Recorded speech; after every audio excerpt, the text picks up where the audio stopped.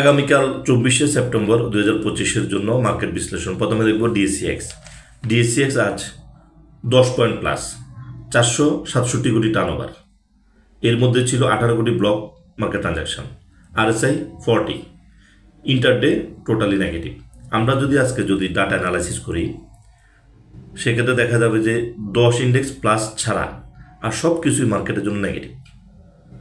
সেক্ষেত্রে আজকের ডাটা অনুযায়ী আগামী কার্যদিবসে আমরা একটা নেগেটিভ মার্কেট আশা করতে পারি টেকনিক্যাল অ্যানালিসিস অনুযায়ী।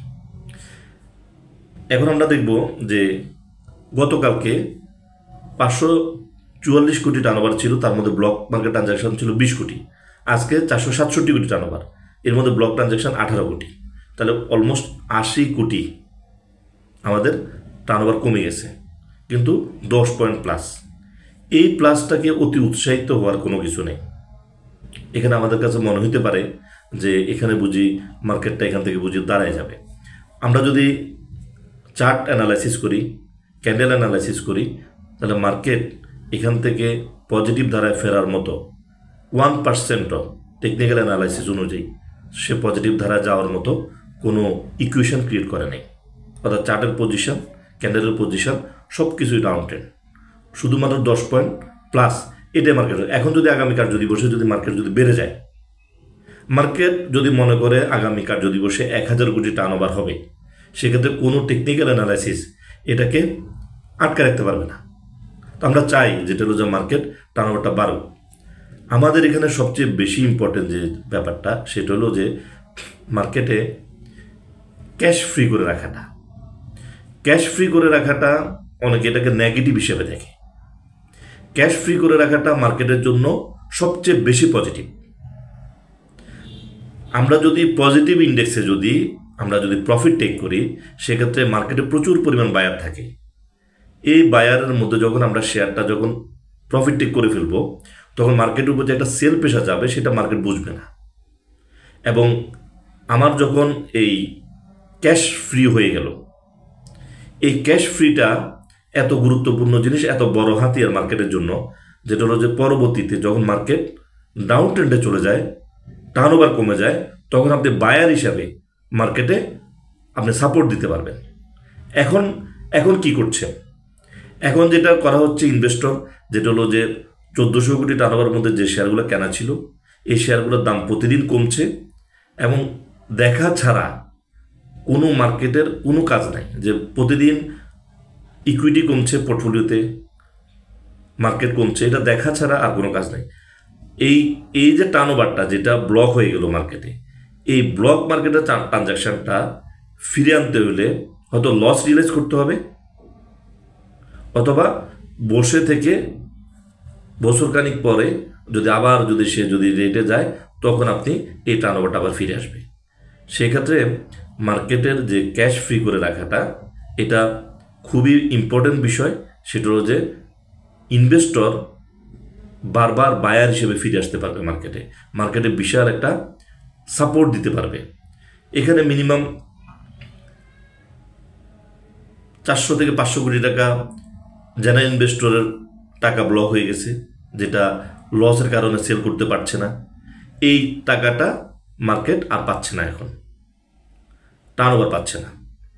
তো এই টার্নওভারটাকে ফিরে আনতে হলে শুধুমাত্র আমরা বড় ইনভেস্টরের দিকে তাকায় থাকতে তো হবে না।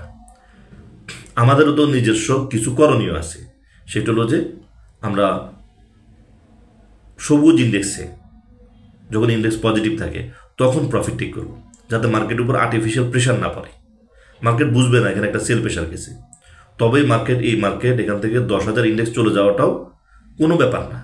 শুধুমাত্র আমাদের পলিসি চেঞ্জ করতে হবে। এই পলিসিগুলো চেঞ্জ করার জন্য আমাদের আগামীকাল 24শে সেপ্টেম্বর 2025 রাত 9টা থেকে, বুধবার আগামীকাল রাত 9টা থেকে আমাদের 25তম কোর্স শুরু হচ্ছে।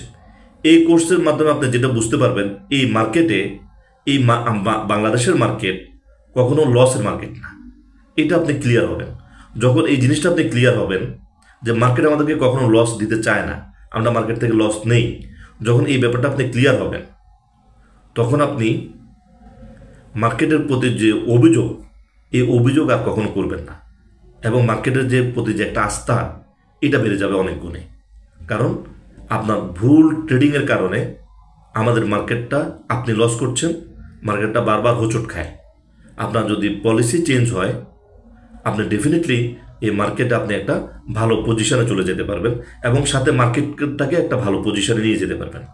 তো যাই হোক, আজকের যে ডাটা 10 পয়েন্ট প্লাস 467 কোটি টার্নওভার, যেহেতু টার্নওভারটা ম্যাসিভ ফল করেছে এবং 10 পয়েন্ট প্লাস, অনেকে মনে করতে পারে যে এখানে সেলার কমে গেছে। সেটা টেকনিক্যাল অ্যানালাইসিস অনুযায়ী এটা ভালো ক্যালকুলেশন আমি বলবো না।